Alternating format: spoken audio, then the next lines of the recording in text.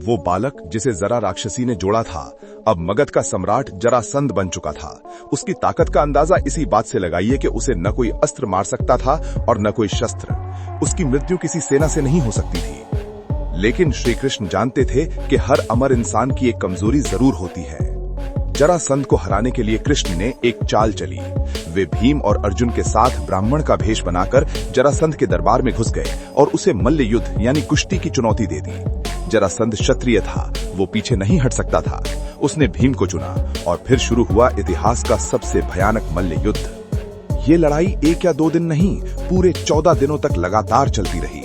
भीम में 10,000 हाथियों का बल था। वो बार बार जरासंध को उठाते और जमीन पर पटक देते।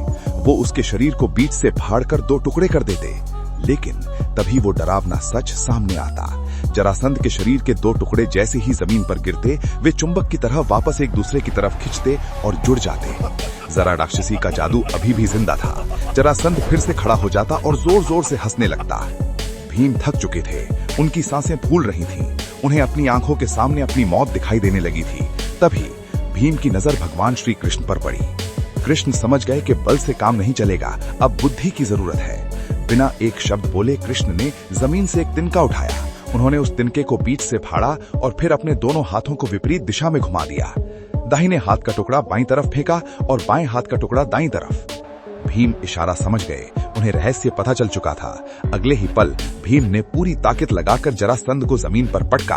उन्होंने अपने एक पैर से जरासंध के एक पैर को दबाया और दूसरे पैर को हाथों से पकड़कर उसे बीच से चीर दिया। लेकिन इस बार भीम ने गलती नहीं की। उन्होंने जरासंध के शरीर का दायां हिस्सा बाईं दिशा में फेंका और बायां हिस्सा दाईं दिशा में। प्रकृति का नियम टूट गया।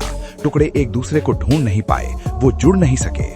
मगध का वो अहंकारी राजा जो खुद को अमर समझता था, अब जमीन पर तड़प रहा था। उसकी चीखों के साथ ही उसके आतंक का हमेशा के लिए अंत हो गया।